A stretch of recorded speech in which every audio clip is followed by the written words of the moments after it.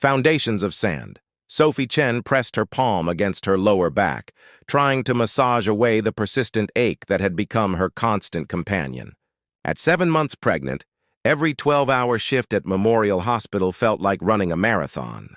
The hallway lights flickered as she made her way to the break room, her scrubs hanging loosely everywhere except her rounded belly. "You should be home resting," said Melanie, a fellow nurse, pushing a steaming cup of herbal tea across the table. "Not pulling doubles while growing a human." Sophie smiled weakly. "Gabriel needs more time for his startup. Just a few more months and things will turn around." She checked her phone, no messages, no calls, and tucked it away. "The investors in Seattle are interested. He says we're close." Melanie's expression tightened, but she remained silent. Everyone at the hospital had opinions about Gabriel Chen and his 3-year almost breakthrough tech venture, but Sophie had stopped listening. She believed in her husband, in the charming, ambitious man who'd swept her off her feet 4 years ago with dreams as vast as the Pacific. "I have to go," Sophie said, gulping down her tea. "I promised Mrs. Abernathy I'd help her write a letter to her granddaughter." "And after your shift here, you're still cleaning offices downtown?" Sophie nodded. "Just until the baby comes." The truth was, Sophie had been supporting them both since Gabriel quit his marketing job to build something meaningful. Her savings had vanished first, followed by her inheritance from her grandmother. Now, her double income barely kept them afloat. Their modest apartment, Gabriel's business expenses, and the mounting baby costs. After her hospital shift ended, Sophie drove her aging Honda to the downtown office building. The janitorial work was solitary but simple, giving her time to rest her swollen feet between tasks. She daydreamed about the nursery she was slowly piecing together. Second-hand crib, handmade mobile, walls she'd painted herself in gentle yellow. At midnight, she arrived home to a dark apartment. Gabriel's note on the refrigerator said he'd flown to Seattle for an emergency meeting with investors. Sophie sank onto their worn couch, scrolling through their joint bank account on her phone. Another withdrawal, $2,000 for prototype development. Their balance, 34127s. She closed her eyes, feeling her baby kick. "It's okay, little one," she whispered. "Daddy's building something for our future." The following morning, Sophie called Gabriel while preparing for her shift. The meeting went amazingly. Gabriel's voice resonated with excitement. "They love the concept. We just need to finalize the prototype. Could you transfer another 1,000? The hotel extended my stay for the presentations." "Gabriel, we only have $300 left," Sophie said softly. "The rent is due next week, and I have my ultrasound appointment." "Sophie, this is our future. Our child's future. Do you want me to come home with nothing after all this work?" His voice cracked with emotion. "I miss you. I miss feeling our baby kick. But I'm doing this for us." Sophie closed her eyes. "I'll see if I can pick up extra shifts." "You're amazing," Gabriel's voice softened. "The best thing that ever happened to me. I'll make this up to you, I promise. When this launches, you'll never work another day in your life." After hanging up, Sophie leaned against the wall, one hand cradling her belly. Through the thin apartment walls, she could hear her elderly neighbor's television, a weather report predicting sunny days ahead. Sophie took a deep breath and began preparing for another long day. That evening, Sophie's co-worker Melanie insisted on driving her home. "You almost fainted during rounds, Sophie. This isn't sustainable." "I'm fine," Sophie protested weakly. "Just tired." "Your husband's dream shouldn't cost you your health or your babies," Melanie said firmly, helping Sophie to her door. Inside, Sophie stared at the empty apartment. She opened her laptop to check her email and noticed Gabriel had forgotten to log out of his account. She hesitated, then clicked on his inbox, telling herself she was just looking for the investor details. What she found instead was a confirmation email for a dinner reservation in San Francisco, not Seattle, dated for tonight. The reservation noted, "Special occasion seating requested for Mr. Chen and guest." Sophie's hand trembled as she closed the laptop. The baby kicked, as if sensing her distress. "It's a mistake," she whispered to herself. There must be an explanation. But deep inside, beneath layers of denial and exhaustion, a seed of doubt had finally taken root. The Golden Cage. The San Francisco reservation gnawed at Sophie's mind for days. She told herself countless explanations: a meeting with a different investor, a misunderstanding, a simple mistake. Yet Gabriel's increasingly sparse calls and vague updates left a hollow feeling in her chest that expanded with each passing day. "Just 2 more weeks," he promised during their brief evening call. "The Seattle team is impressed. They want me to stay and finalize details." Sophie stood at her kitchen window, watching rain streak down the glass. "I had to borrow money from my sister for rent," she admitted quietly. "And the hospital reduced my hours because they're worried about me working too much during pregnancy." A pause lingered on the line. "I'm sorry, Soph, really, but we're so close." His voice brightened. "Hey, remember that view of the bay I always talked about? When this deal closes, we'll have a place where our baby can see the ocean every morning." That night, Sophie couldn't sleep. Something about Gabriel's mention of the bay view triggered an uneasy feeling. She opened her laptop and did something she'd never done before: logged into Gabriel's social media accounts using the password he'd shared years ago. His Instagram profile appeared normal at first: sporadic posts about entrepreneurship, motivational quotes, occasional throwbacks of them together. But when she checked his tagged photos, she discovered an entirely different narrative. There he was, arm around a striking woman with auburn hair cascading down her back. Behind them stretched the San Francisco Bay, glittering with city lights. The caption by user Elise Vivint read, "Another perfect sunset with my visionary, blessed Bach power couple." Sophie's hands shook as she clicked on Elise's profile. It was filled with images of her and Gabriel, dining at exclusive restaurants, touring wine country, lounging in a sleek high-rise apartment with floor-to-ceiling windows. The same view of the bay he had just mentioned on their call. In one photo, Elise displayed a delicate gold bracelet. "Anniversary gift from my generous man, our spoiled," the caption read. Sophie recognized it immediately. She had sold her grandmother's pearl earrings to afford that bracelet for Gabriel's birthday gift 4 months ago. The timestamps told the devastating story. While Sophie had been working double shifts, Gabriel had been living a parallel life in San Francisco with Elise for at least 6 months. Every business trip, every late night working, every urgent need for more money, all lies constructed to maintain his facade. "He's been using my money," Sophie whispered to her unborn child. The room seemed to spin around her. "Everything I've earned has been funding this." The next morning, Sophie called in sick to both jobs. She methodically gathered financial records, screenshots, and account statements. Her nurse's training had taught her to remain calm in crisis, to assess before acting. The betrayal cut deep, but the shock had crystallized into something harder, sharper. She called Gabriel's parents, with whom she'd always had a close relationship. "Sophie, dear, how are you feeling?" His mother's warm voice answered. "I need to ask you something," Sophie said steadily. "Has Gabriel mentioned his girlfriend in San Francisco to you?" The silence confirmed what Sophie already knew. His mother finally spoke, voice trembling. He said you two had separated months ago, that you were co-parenting amicably." "While I fund his lifestyle," Sophie finished. "I understand now." After hanging up, Sophie received a text from Gabriel. "Transferring funds for prototype materials. Need 1,500 ASAP. Will explain tonight." Sophie stared at the message. Then at the photo on her screen, Gabriel and Elise on a yacht, champagne glasses raised against the Golden Gate Bridge backdrop. According to the timestamp, it was taken yesterday. Not Seattle, not investors. Her phone rang, Melanie calling to check on her. "You need to come see this," Sophie said, voice surprisingly calm. An hour later, Melanie sat beside Sophie on the couch, scrolling through the evidence of Gabriel's double life. "That absolute bastard," Melanie whispered. "Does she know about you?" Sophie shook her head. "I don't think so.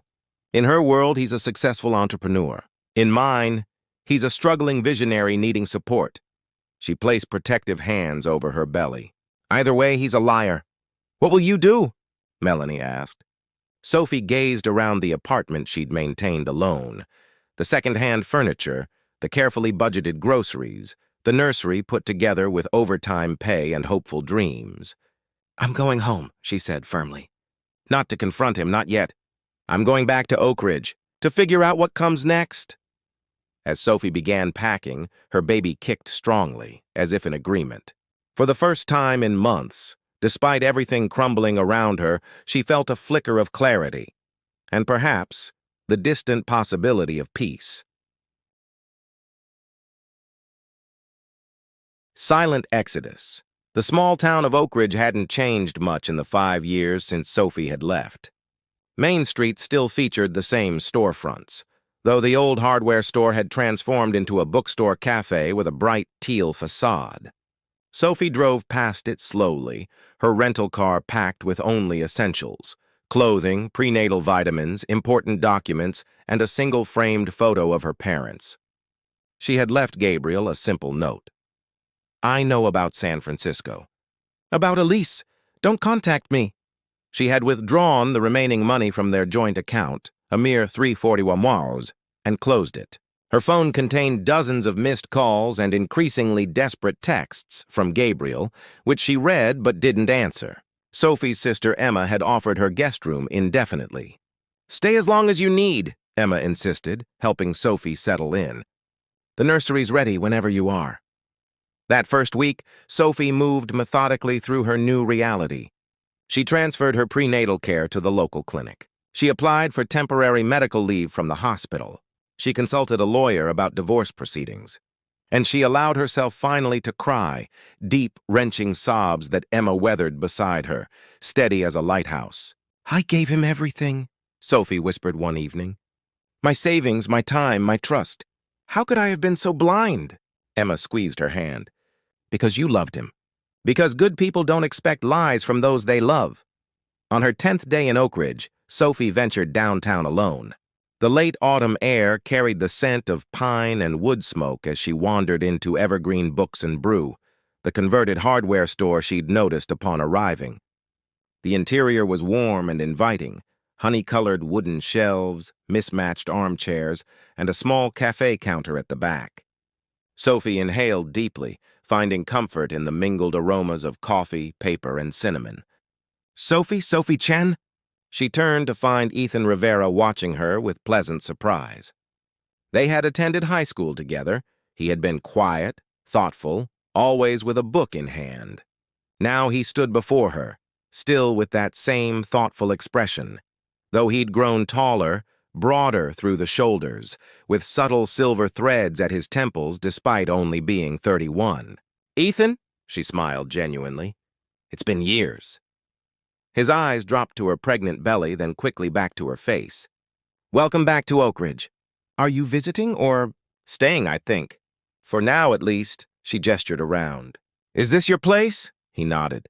Opened it 3 years ago when old man Jenkins retired. Never thought I'd come back after college, but Oak Ridge has a way of calling you home. He studied her face. You look tired. Can I get you something? On the house. Sophie accepted a decaf chai latte and found herself sharing fragments of her story with Ethan as he closed the shop. Not everything, she maintained dignity in her account, but enough that he understood she was starting over, alone and pregnant. The worst part isn't even the betrayal, she admitted, cradling her mug. It's feeling like such a fool. All those extra shifts, all that sacrifice while he was being the fool, Ethan finished firmly.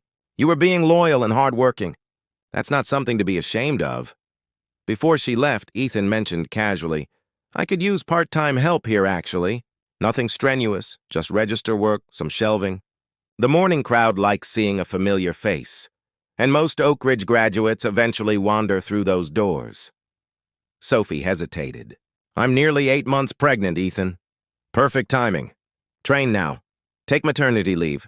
Come back when you're ready. He shrugged. No pressure. But the offer stands.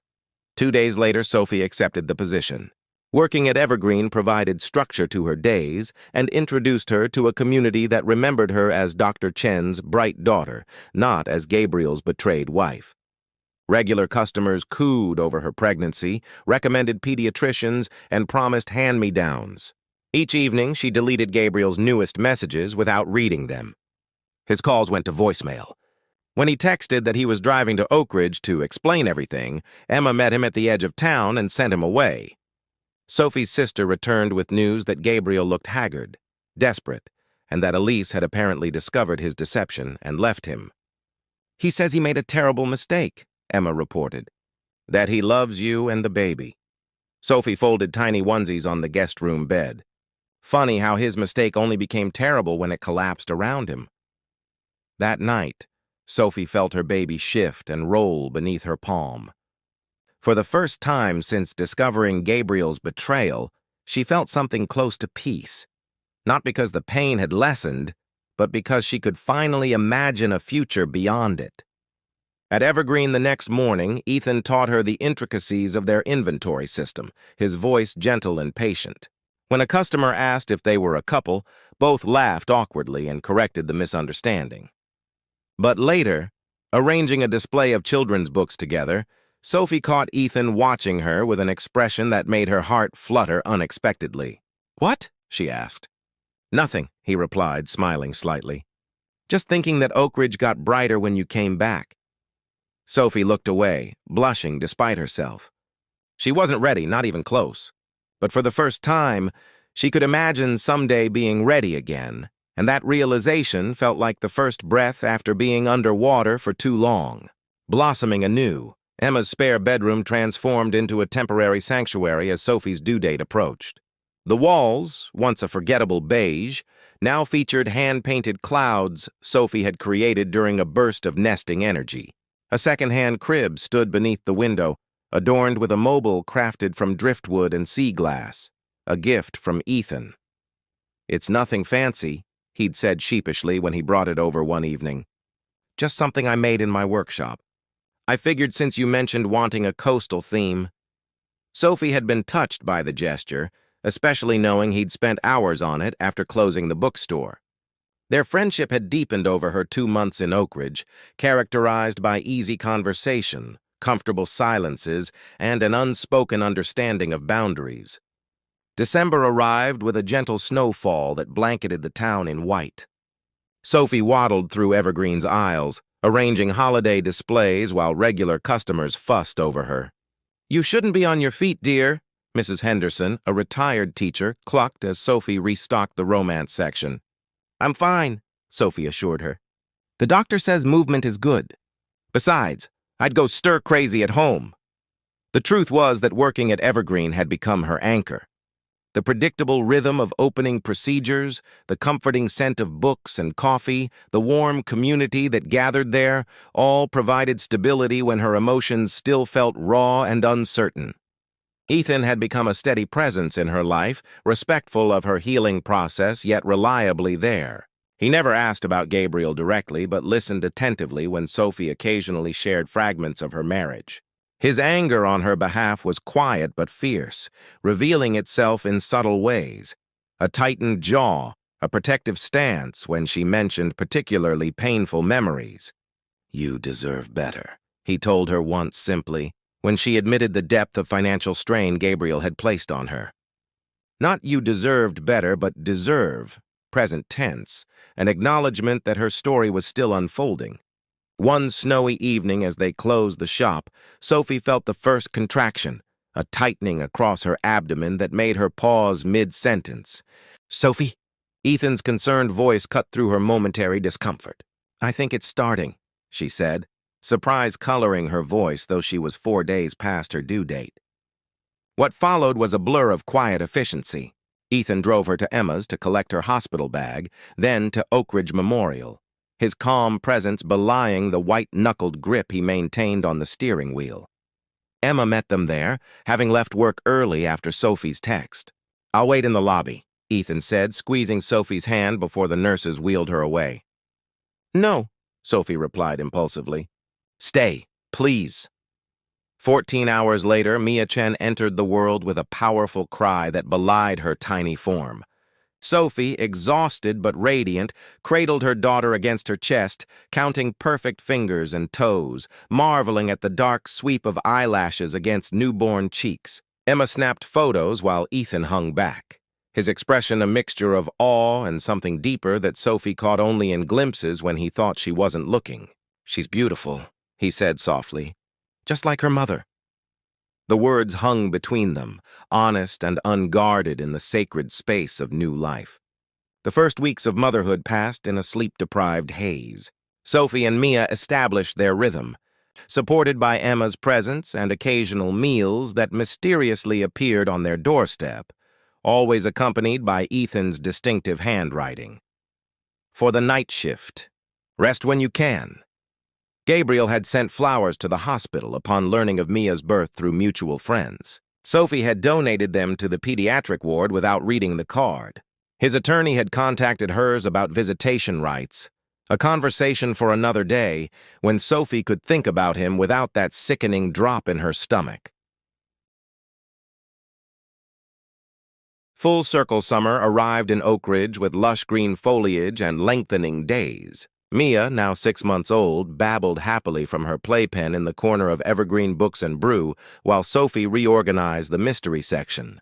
The divorce papers had been finalized in April, marking an official end to her marriage, but opening a new chapter of co-parenting negotiations. Gabriel had maintained a respectful distance after the initial legal discussions, sending child support payments punctually and requesting only monthly updates and photos of Mia. Sophie had agreed to supervised visits once Mia turned 1, a compromise her lawyer had recommended. He made a terrible mistake, her lawyer had said. But if he's genuinely committed to being a father, that's ultimately beneficial for Mia. Sophie understood this logically, though emotionally she still navigated complicated feelings about Gabriel's role in their daughter's life. What helped most was the steadying presence of Ethan, whose relationship with Sophie had deepened gradually over the past months. They had taken things slowly, dinner dates when Emma could babysit, quiet evenings at his cabin, family picnics by the lake. Their physical relationship had progressed naturally, with Ethan always attuned to Sophie's comfort level. By summer, they had settled into a pattern that felt both exciting and comfortable, their bond strengthened by shared values and mutual respect.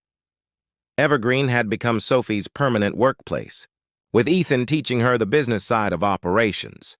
"Just in case you ever want to open a branch someday," he'd say with a wink, planting seeds for a future they both increasingly referenced. On a brilliant July afternoon, Sophie sat on a blanket in the town square, watching Ethan push Mia in a baby swing. The infant squealed with delight at each gentle arc, her dark eyes, so like Sophie's, wide with wonder. The sight made Sophie's heart expand with a happiness she hadn't thought possible a year earlier. Her phone buzzed with a text from Emma. "Heads up.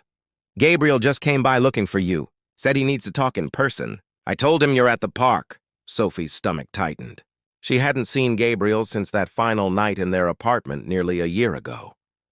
Their communication had been conducted entirely through lawyers and brief, practical texts about financial arrangements. She spotted him before he saw her, standing at the edge of the park, scanning the area. He looked different, thinner, his once immaculate appearance now slightly disheveled, expensive watch conspicuously absent. When his eyes finally found her, he hesitated before approaching, his confident stride replaced by something more tentative. "Sophie," he said, stopping a respectful distance from her blanket. "Thank you for seeing me." "I didn't exactly agree to it," she replied evenly. "But here we are." Gabriel's gaze drifted to where Ethan was still pushing Mia on the swing, oblivious to the new arrival. "Is that?" "Ethan, my partner," Sophie said, the term still new but feeling right. "And that's Mia." Gabriel nodded slowly, emotion crossing his face. "She's beautiful. Why are you here, Gabriel? Our next custody discussion isn't for months." He sat on the grass near her blanket, not too close, but close enough for private conversation. "The startup failed completely. I lost everything, the apartment, the investors, all of it. Elise left when the money ran out." He laughed humorlessly. Turns out successful entrepreneurs aren't as appealing when they're sleeping on friends' couches. Sophie remained silent, neither offering sympathy nor satisfaction at his downfall. I've been doing a lot of thinking, Gabriel continued, about what happened, about what I threw away. He looked directly at her. I was a fool, Sophie. Worse than a fool. I was cruel and selfish and completely unworthy of you. Yes, you were, Sophie agreed, surprising herself with how little emotion the admission carried, just a statement of fact, like noting the weather. I thought success meant something different then, he said quietly. Big homes, expensive things, impressing people who didn't matter. I convinced myself I was building something for us, but really, I was just trying to feel important. Sophie watched Ethan lift Mia from the swing, cradling her against his chest as she yawned. The tenderness in his expression was visible even from a distance. What do you want, Gabriel? She asked directly. Why come in person to tell me this? He took a deep breath. 2 reasons.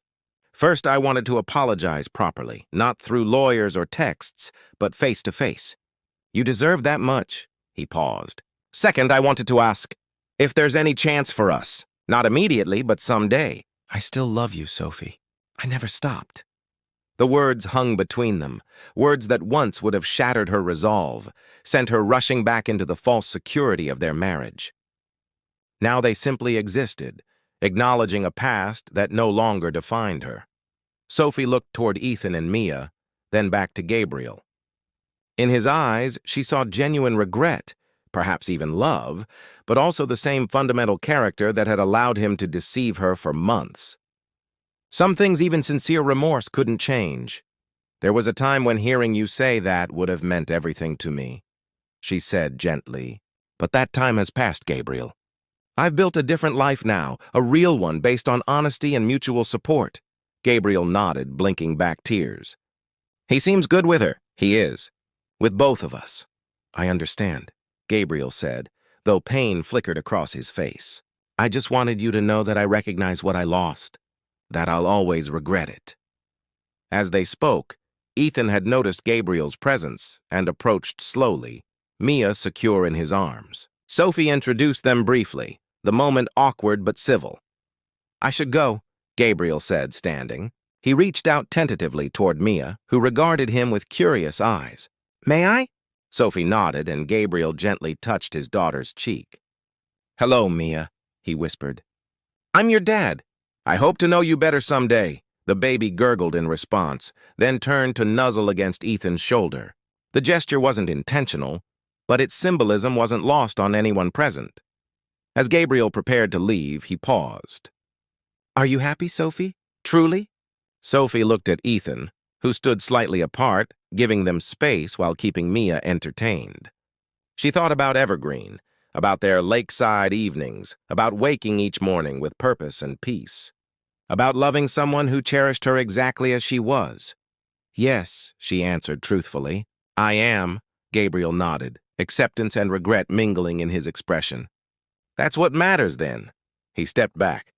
I'll honor our agreement about visitation. No more surprises like this, I promise. After he departed, Ethan rejoined her on the blanket, setting Mia down to crawl on the checkered fabric. Everything okay? He asked, concern evident in his voice. Sophie leaned against him, drawing strength from his solid presence. Better than okay, she replied. That was closure, I think. They watched Mia exploring the blanket, her determined little movements a testament to the resilience children naturally possess. Sophie thought about the journey that had brought her here, the pain, the betrayal, the difficult rebuilding. None of it had been easy, but all of it had led to this moment of profound contentment. That evening, after Mia was asleep in the crib that now permanently resided in Ethan's cabin, he led Sophie to the dock stretching into the lake. The water reflected a sunset painted in vivid oranges and purples, creating the illusion of endless sky. I have something to ask you, Ethan said, his usual confidence tempered with nervous energy. Not a proposal, not yet, but a step in that direction.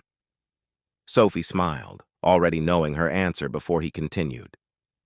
Move in with me, you and Mia, he said, taking her hands in his.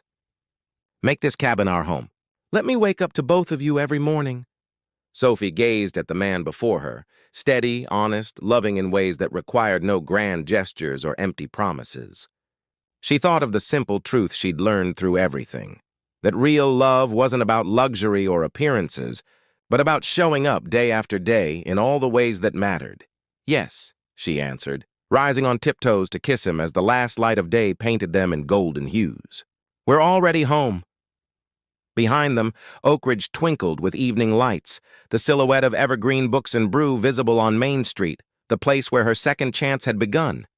Ahead stretched the lake, reflecting possibilities as infinite as the emerging stars above. Sophie Chen had once given everything to a dream built on sand. Now she stood on solid ground, her heart full with the knowledge that true luxury wasn't found in penthouse views or designer labels, but in authentic connection, hard-won wisdom, and the courage to begin again.